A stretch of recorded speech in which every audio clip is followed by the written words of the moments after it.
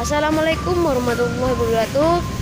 Halo guys, dan hari ini saya akan nge-vlog tempat yang bernama Museum Rasulullah di Kota Probolinggo, Jawa Timur.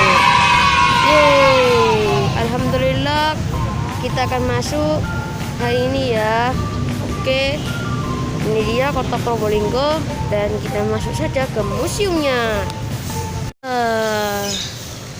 Inilah Kota Probolinggo, kota yang jarang ditemui.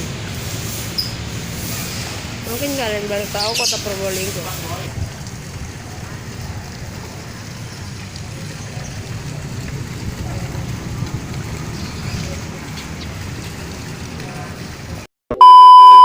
Nah, ini dia. Kita sudah sampai di depan museumnya ya. Oke, saya akan tunjukkan ke kalian benda-benda berikut ini. Ini dia sedikit barang-barang dan contoh-contoh dari video berikut ini peninggalan Nabi atau Rasulullah SAW. Dan ya, gini saja peringatannya bagi orang yang Kristen, jangan nontonnya. Dan ya, sampai nyaksikan videonya. Dah. Assalamualaikum warahmatullahi wabarakatuh. Bismillahirrahmanirrahim. Astaga guys, lihat di dalam tuh guys. Kelihatan baju zirahnya sudah guys. Subhanallah.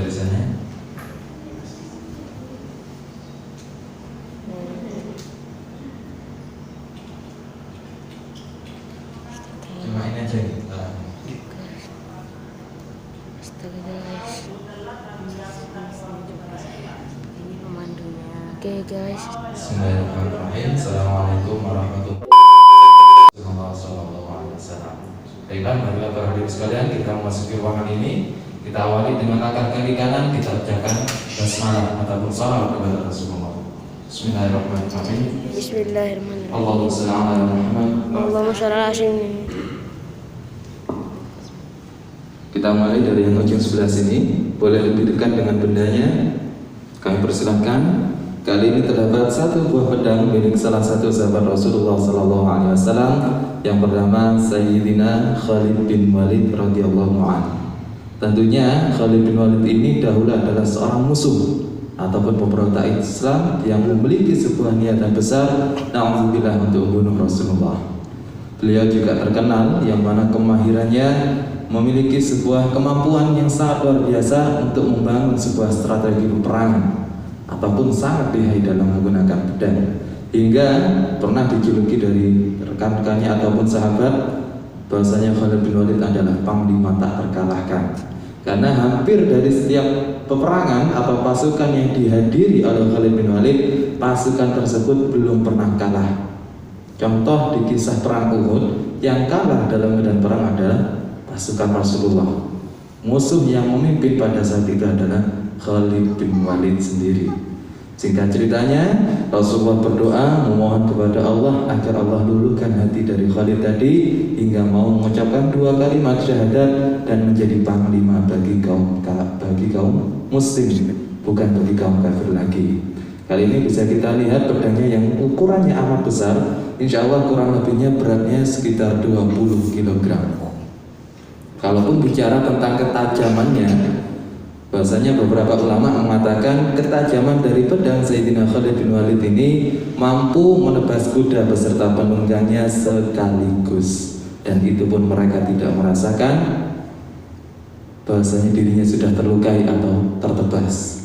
Sayyidina Khalid bin Walid radhiyallahu anhu adalah satu-satunya sahabat dari golongan laki-laki yang memiliki sebuah gelar pedang Allah. Maksud dari gelar yang diberikan oleh Rasulullah, bahasanya pedang Allah tentunya mustahil untuk patah ataupun terkalahkan.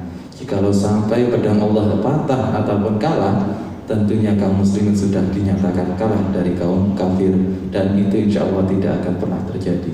Kali ini kita bisa melihat sebuah peristiwa yang sangat luar biasa. Kita lihat di bagian spiral atau pelintiran dekat dengan gagangnya masih ada sisa percikan darah dari tebasan pedang tersebut yang masih Allah kekalkan hingga pada saat ini. Tentunya kali ini kita boleh berdoa mohon kepada Allah agar nantinya keturunan dari kita semua dijadikan keturunan yang gagah dan pemberani seperti Khalid bin Walid dalam bela agama Allah Subhanahu wa taala. Kemudian kita lanjut ke item selanjutnya. Kali ini kita beralih ke benda-benda Baitullah atau dari tanah suci. Kali terdapat kunci Ka'bah merupakan pada tahun zaman Utsmaniyah 1809 Masehi. Kunci inilah yang kita lihat pada saat ini, pada tahun tersebut ataupun zaman tersebut, yang menjadi pembuka dari pintu Ka'bah. Insya Allah sekarang sudah diganti dengan kunci yang lebih canggih lagi. Kemudian di sebelahnya kali ini terdapat batu dinding Ka'bah merupakan hasil dari renovasi pada tahun 1815 Masehi. Mengenai batu dinding Ka'bah ini tentunya banyak sekali cerita yang pernah disampaikan, yang pernah dari jamaah umroh ataupun ibadah haji. Di saat mereka tawaf menyentuhkan tangan mereka ke dinding Ka'bah, mereka merasakan seperti adanya sebuah getaran atau sebuah energi. Karena memang dari hasil penelitian mengatakan bahasanya batu dinding Ka'bah ini terdapat sebuah elemen yang namanya elektromagnetik.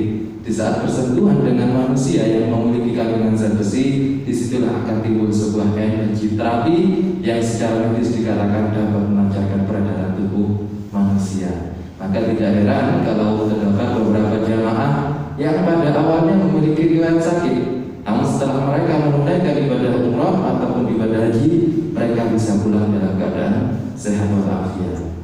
Kemudian kita lanjut lagi di item selanjutnya. Kali ini terdapat batu meteorit atau batu ini yang sejenis dengan batu dinding Ka'bah. Namun dikatakan nasibnya saja yang berbeda atau tidak menjadi dinding, hanya sebagai bongkahan saja.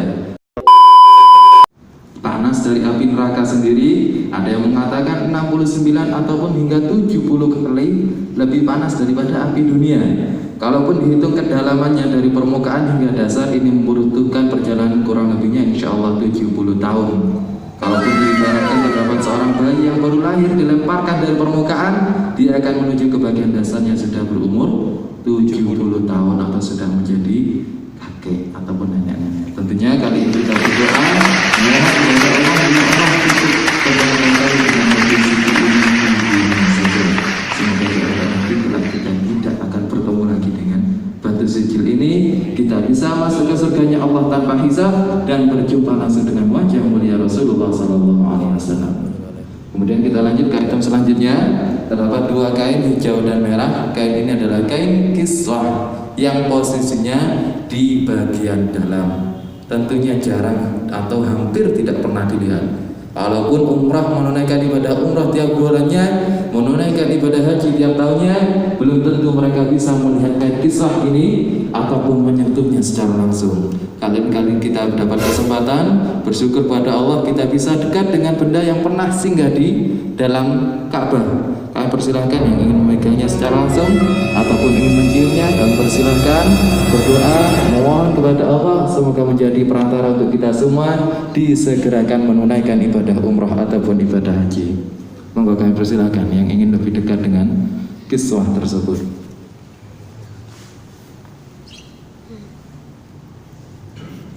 Baik, kalau sudah kita lanjut lagi ke item selanjutnya.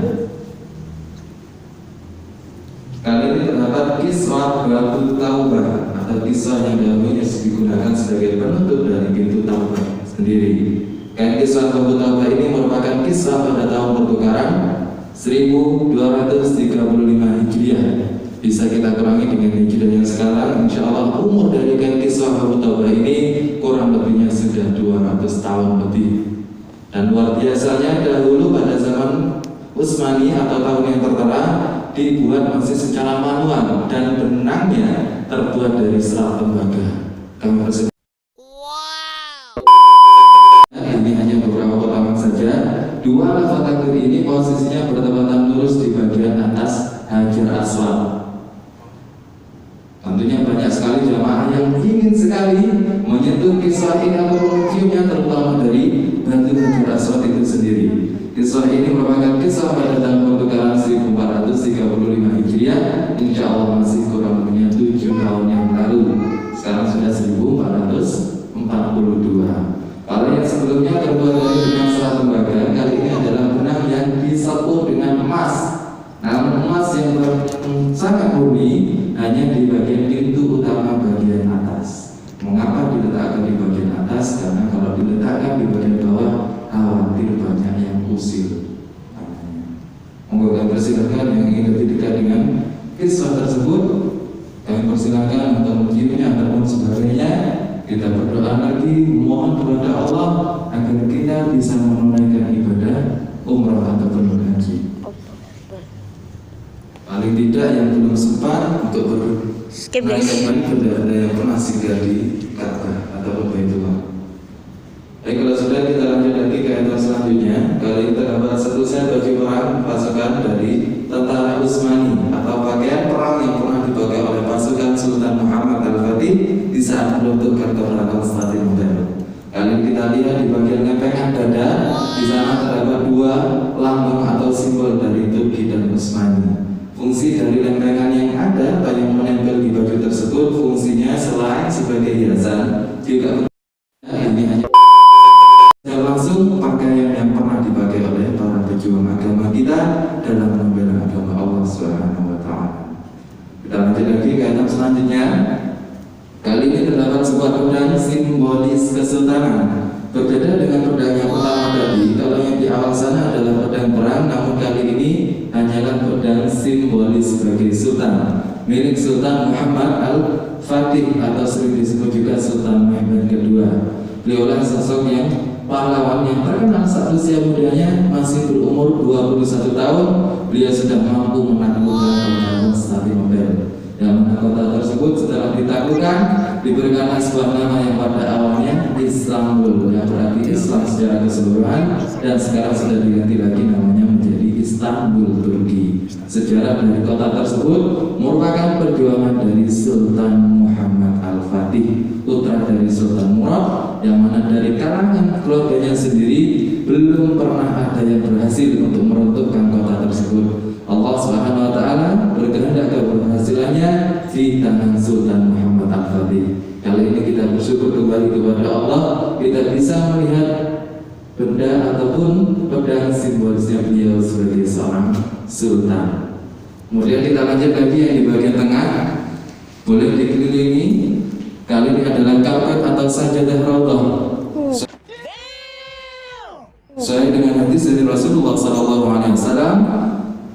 bahasanya di antara rumahku dan mimbarku, kata Rasulullah, itu adalah raudhah atau taman surga, yang mana insya Allah saat di surga nanti Allah telah menciptakan raudhah yang sama persis di dunia.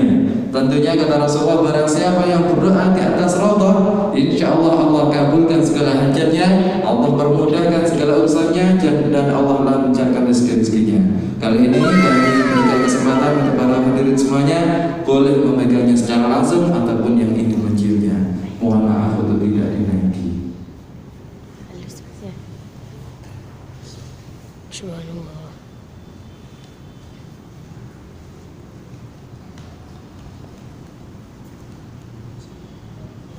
Subhanallah.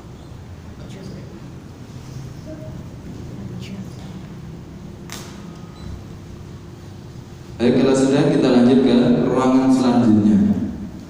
Skip guys. Kisah yang pernah singgah di Baitullah ataupun benda-benda yang pernah dipakai oleh sahabat Rasulullah SAW. Selanjutnya kita akan menuju ke ruangan utama, yang mana di dalam ruangan ini terdapat beberapa benda-benda peninggalan Rasulullah SAW.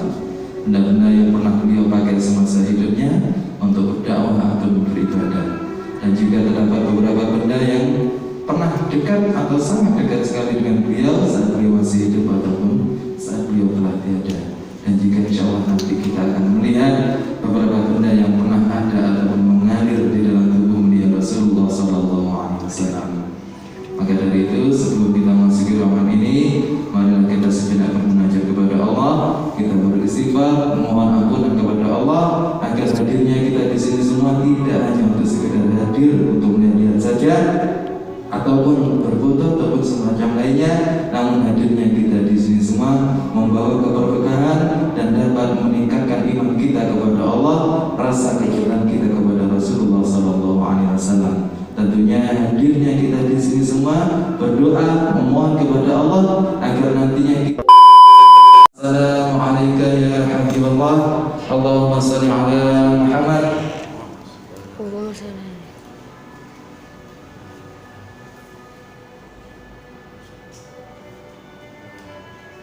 Persilakan berkumpul sejenak di bagian tengah. Kita menghadap ke arah selatan. Alhamdulillah para hadirin semuanya, kali ini kita telah berada di dalam ruangan utama, yang mana benda-benda yang kita lihat pada saat ini, benda-benda yang ada di sekeliling kita pada saat ini, semuanya adalah benda-benda peninggalan Rasulullah SAW. Sebelum kita beralih ke sesi penjelasan, kami berikan waktunya sedikit untuk berdoa di tempat yang insya Allah penuh berkah ini. Kami persilakan berdoa dengan hajatnya masing-masing. Kita doakan para pejuang agama kita, guru-guru kita, saudara kita, keluarga kita, termasuk orang tua kita yang masih hidup ataupun yang sudah tiada. Kita doakan mereka semua, dan jangan lupa keturunan kita, semoga mereka dijadikan keturunan yang soleh wal solehah. Berdoa dengan hajatnya masing-masing di tempat timur.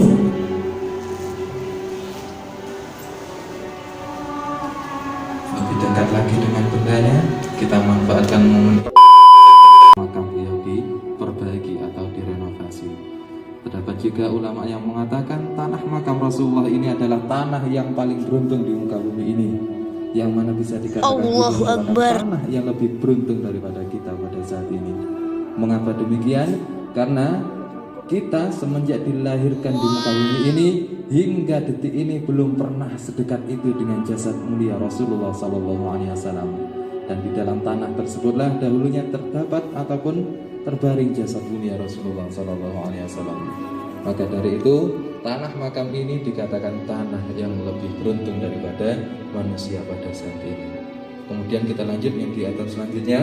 Kali ini terdapat kisah penutup makam Rasulullah pada tahun pertukaran 2009. Kemudian juga yang di sebelahnya terdapat kunci makam Rasulullah merupakan pada zaman Utsmaniyah 1787 Masehi. Dua benda inilah yang kita lihat pada saat ini pada tahun yang tertera singgah di makam mulia Rasulullah SAW. Yang mana tentunya banyak sekali jamaah yang ingin menunaikan ibadah ataupun sholat sekurang-kurangnya 2 rakaat di atas sajadah raudhah ataupun sajadah sekarang di hadapan makam mulia Rasulullah SAW. Paling tidak untuk kita yang belum sempat pergi ke sana, kali ini Allah berikan kesempatan untuk kita dekat dengan benda-benda ataupun yang pernah singgah di makam mulia Rasulullah SAW. Kemudian kita lanjut lagi di ayat selanjutnya. Kali ini terdapat 2 helai potongan rambut Rasulullah SAW. Mengenai 2 helai ini, kami sengaja ingin memberikan pembuktian kecil. Kami telah menyediakan ataupun meletakkan kertas putih di bagian belakangnya, yang mana bisa kita lihat tidak ditemukan dengan adanya bayangan. Mengapa bisa demikian? Karena hasil dari penelitian mengatakan bahwasanya unsur yang terkandung di dalam 2 helai rambut Rasulullah ini adalah unsur-unsur cahaya, bukan DNA seperti manusia pada umumnya. Disitulah pembuktian dari Rasulullah SAW bahwasanya Allah Subhanahu Wa Taala sebelum menciptakan bumi, langit beserta lainnya, Allah telah menciptakan yang namanya Nur Muhammad, Nur yang berarti cahaya. Terus secara ilmuannya, di saat cahaya bertemu dengan cahaya, tentunya tidak akan menimbulkan bayangan. Kita lanjut lagi ke item selanjutnya. Kali ini terdapat sorban dan penutup kepala. Rasulullah tidak hanya memiliki 1 sorban saja, namun kali ini kita bisa melihat salah satunya sorban yang pernah Rasulullah pakai yang berwarna hijau. Bisa kita lihat di bagian sebelah sini. Terdapat beberapa bagian yang masih terlihat warna hijau. Untuk beberapa bagian lainnya sudah pudar karena memang umurnya sudah ratusan tahun, dan Rasulullah dahulu masih menggunakan bahan-bahan alami seperti serat dari daun kurma. Walaupun dengan penutup kepalanya ini dikatakan dari hasil penelitian bahasanya terbuat dari pelepah pohon atau kayu yang sama persis jenisnya dengan bahtera ini. Jenis kayunya, seratnya sama persis dengan bahtera ini. Dan sorban inilah salah satunya, satu-satunya sorban yang paling lama, yang paling sering digunakan oleh Rasulullah SAW di antara sorban-sorban yang lain. Kemudian di item selanjutnya, kali ini terdapat tongkat milik Rasulullah SAW Dalam hal ini juga sama, Rasulullah tidak hanya memiliki satu tongkat saja, namun kali ini kita bisa melihat salah satunya tongkat yang pernah dipegang langsung oleh tangan mulia Rasulullah SAW. Tongkat kayu alis saja, salah satu tongkat yang pernah Rasulullah pakai semasa hidupnya untuk beribadah ataupun berdakwah. Dalam hal ini Rasulullah pernah mensunahkan ataupun menganjurkan kepada umatnya, terutama bagi kaum laki-laki yang sebagai tulang punggung keluarga, di saat berusia 40 tahun ke atas, mensunahkan ataupun menganjurkan untuk menggunakan tongkat sebagai alat bantu untuk berjalan saat ingin pergi ke tempat ibadah. Mungkin di zaman kita sudah banyak sekali macam-macam alat bantu untuk berjalan, entah itu kursi roda ataupun semacam lainnya. Namun pada zaman Rasulullah hanyalah sebatang kayu. Namun milik Rasulullah kita lihat, walaupun sudah berumur ratusan tahun, tidak sedikit pun dimakan oleh layak ataupun krokos. Kita lanjut lagi di ayat selanjutnya. Kali ini terdapat sandal ataupun terompah milik Rasulullah SAW. Sandal inilah yang senantiasa mengikuti jejak kaki mulia Rasulullah kemanapun beliau pergi. Dalam hal ini, mengenai terompah ini, terdapat juga ulama yang mengatakan bahasanya jikalau seandainya sandal atau terompah milik Rasulullah diberikan warna merah atau dicat dengan warna merah, maka sesungguhnya tidak satu orang pun di Jazirah Arab sana yang tidak berwarna merah, karena hampir dari seluruh penjuru tempat pernah didatangi oleh Rasulullah untuk berdakwah, baik secara terang-terangan ataupun secara sembunyi-sembunyi. Kita lihat lebih detail lagi di bagian sandal tersebut terdapat berbagai macam jahitan, yang mana jahitan tersebut merupakan hasil dari jahitan Rasulullah sendiri. Rasulullah SAW tidak pernah memerintahkan sahabatnya untuk menjahitkan sandalnya yang sudah putus ataupun sudah rusak. Dalam hal ini, walaupun Rasulullah memerintahkan para sahabatnya, insya Allah para sahabat akan membuatkan atau berbagi sandal milik Rasulullah. Namun Rasulullah memberikan pelajaran yang sangat luar biasa. Jika kita memiliki benda atau barang yang sudah rusak namun masih bisa diperbaiki dan kita pakai, marilah kita perbaiki dan kita pakai kembali tanpa harus membeli yang baru. Dalam hal ini Rasulullah bukan berarti tidak mampu. Kalau Rasulullah meminta, insya Allah para sahabat akan berlomba-lomba untuk membuatkan sandal yang mana nantinya akan dipakai oleh kaki mulia Rasulullah. Namun lagi-lagi Rasulullah memberikan pelajaran kepada umatnya mengenai sebuah tanggung jawab atas pengorbanan hewan yang diambil kulitnya, terutamanya milik Rasulullah SAW. Kita lanjut lagi di ayat selanjutnya.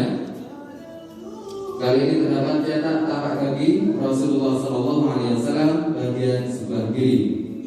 Cetak tapak kaki ini merupakan sebuah kenang-kenangan ataupun cenderamata yang diambil dari kota Taif.